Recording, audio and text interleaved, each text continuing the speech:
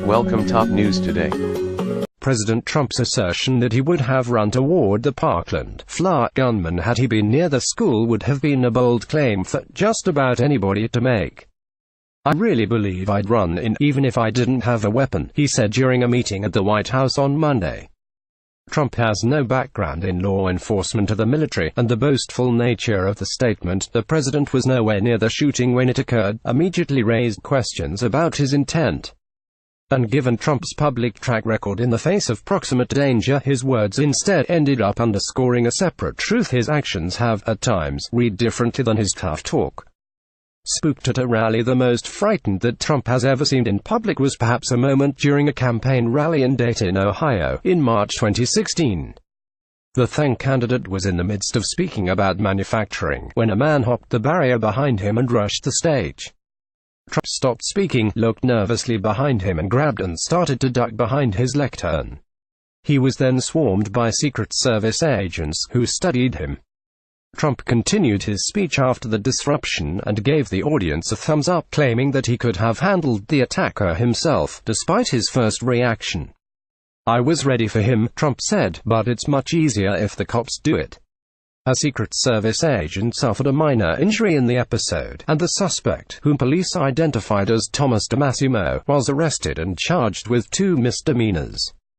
The moment was later immortalized in a doctored video in which a seated Senator Bernie Sanders yelling "boo" was edited into to frame the moment before Trump was spooked. Later that year at another rally, Trump was hustled off a stage in Nevada after someone in the audience yelled "gun." No weapon was found. An eagle named Uncle Sam. In 2015, Trump was beaten out by German Chancellor Angela Merkel for Time magazine's Person of the Year. But as a runner-up, the magazine said he was third, behind Islamic State leader Abu Bakr al-Baghdadi. He was still given a write-up and photo shoot for the magazine. Time paired him with a 27-year-old bald eagle named Uncle Sam during the shoot, but the bird didn't want to stay still, flapping its wings so hard it blew Trump's hair as it sat on his gloved hand. And in the midst of a separate pose that photographers arranged with Trump at his desk and a bird perched beside him, Uncle Sam lunged at Trump as he went to grab something near its feet.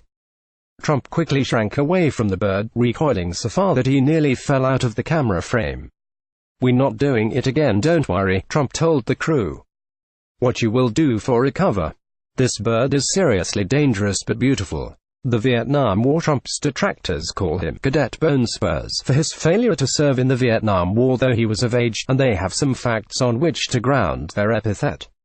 While 9 million Americans served in the military during the Vietnam War, 1.8 million were drafted. The future president was given 5 deferments from the draft, 4 related to his college studies, and 1 for bone spurs in his heel, though the problem was not severe enough to prevent him from playing sports such as football, tennis and golf as a young man.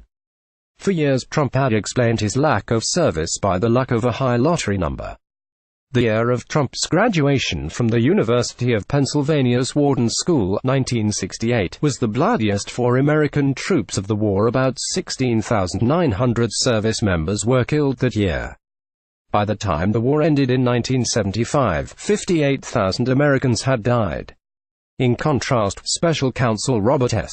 Mueller III, whose investigation into Russian interference Trump routinely maligns, chose to enlist in the Marine Corps and was deployed to Vietnam to lead a rifle platoon that year, earning 2 awards for valor and suffering a gunshot wound to his leg.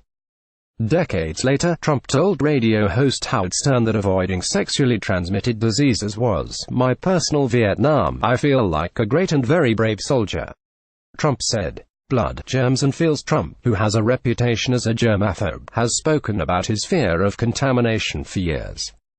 He told Stern about his penchant for hand-washing and drinking through straws, saying he was concerned about glasses being dirty and the cleanliness of other people's hands.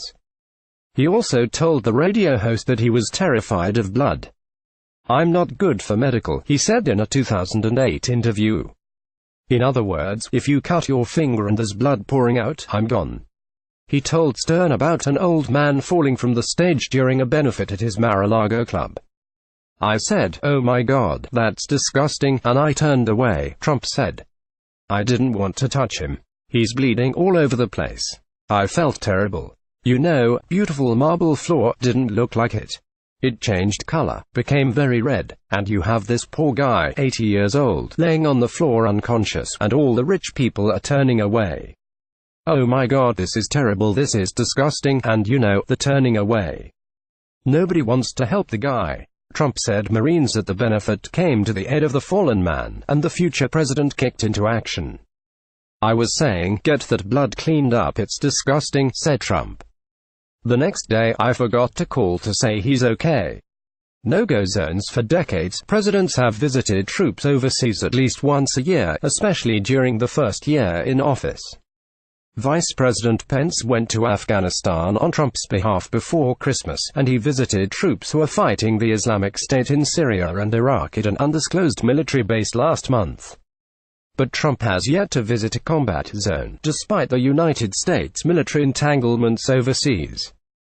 In an editorial that urged the president to visit a war zone, USA Today writer Greg Zorau noted the risks involved, pointing out that the Kabul airport where Defense Secretary Jim Mattis landed in September had come under an intense rocket attack that resulted in civilian deaths. Most of the time, these trips produce little political payoff. News coverage is scant. Most Americans back home are asleep during the visit, Zorau wrote. It's also a long way to travel with living conditions far less accommodating than the White House or a luxury Florida resort like Trump's Mar-a-Lago.